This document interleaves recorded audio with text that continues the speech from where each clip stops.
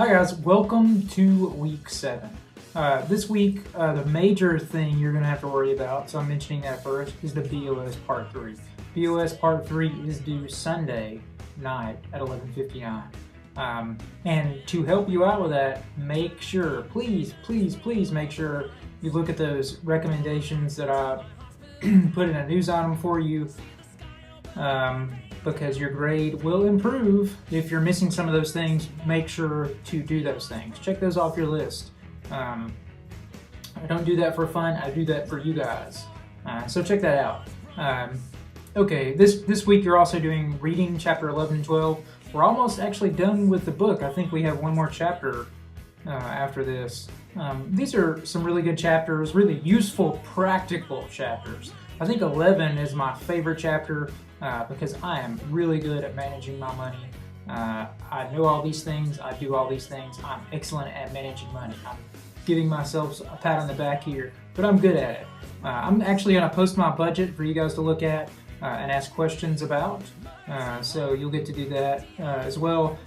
But chapter 11 is really awesome because it talks about practical things like your budget, your spending, gives you some ideas about how to save money, as well as ideas, insight into why you spend your money the way you do, things to think about, needs versus wants, and that's pretty excellent. This chapter, of course, ties into the Bag of Skills Part 3, creating a budget, tracking your spending. So a lot of good tips there, and managing money is very important in your life in terms of college and outside of college. This chapter also talks about student loans a little bit. That's very, very important to you guys. Just starting out to college, you want to know the difference between the different kinds of loans. You want to know about financial aid. You want to know how to avoid taking out loans, that sort of thing. Me personally, I did take out student loans. I don't think I have as much as most people. I have like around $15,000. My partner has around $40,000. So there's a big difference there. My brother took out very little student loans, I think around 5. All of my loans are subsidized, and they talk about subsidized loans in the chapter a little bit.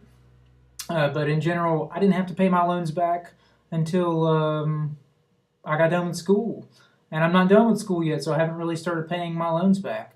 The government has paid my interest, so that's something to look into, the difference between the loans that you get, if you even need loans. So the second chapter is pretty good too. It's about career choices, and this is a lot of reflection yourself on, what career do you think you're going into, and then taking a practical look at that. Are you going to be able to get a job in that career? What are some of the skills that your employer is going to be looking for? My favorite part of this chapter, and the thing that really rings true for me is, there are two things. One, expect to change careers. At some point, you're probably going to change careers. I'm at a point in my life where I've been working in the same field for about 5 years. 11 years if you count my pre-professional part of the career. So I'm ready to move on to a different career. So I'm at the end of getting another degree, and I'm ready to move on to a different career.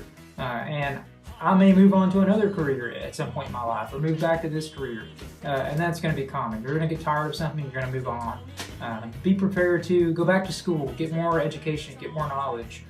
The second thing that's really important in this chapter, I think rings true for me, is getting to know a career before you move into it. And it's really good to have an idea of a career you want to go into and be passionate about that, but until you really worked that job or had some experience with that job, you really don't know. And they offer a couple of different ways you can do that: volunteering, doing internships. I did an internship myself.